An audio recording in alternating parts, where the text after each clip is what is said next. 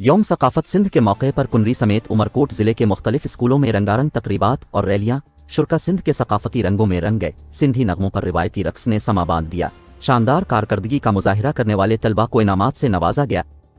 इस ज़िम्न में तालिब अल मौला बॉयज़ हाई स्कूल मेमन कुनरी और फजल उम्र हायर सेकेंडरी स्कूल कुनरी में दो अलग अलग रंगारंग पर वकार तकरीबात मुनक़िद की गई। तालिब अल मौला बॉयज़ हाई स्कूल मेमन कुनरी में मुनक़िद होने वाली तकरीब में यूसी मेमन कुनरी के साबिक़ा चेयरमैन ग़ुलाम यासीन मेमन, स्कूल प्रिंसिपल मोहम्मद जाहिद आरानी समेत इलाका मुअज़्ज़िज़ीन ने बड़ी तादाद में शिरकत की।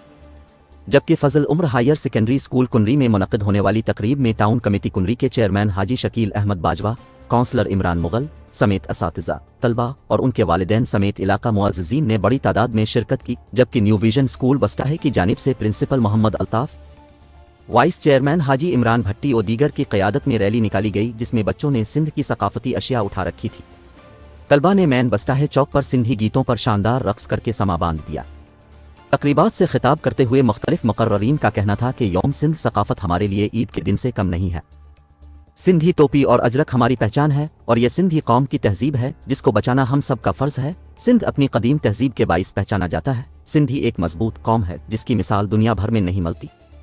तकरीबात के इख्तिताम पर शानदार कारकर्दगी का मुजाहिरा करने वाले तलबा व तालिबात को इनामात दिए गए और उनकी भरपूर हौसला अफजाई की गई।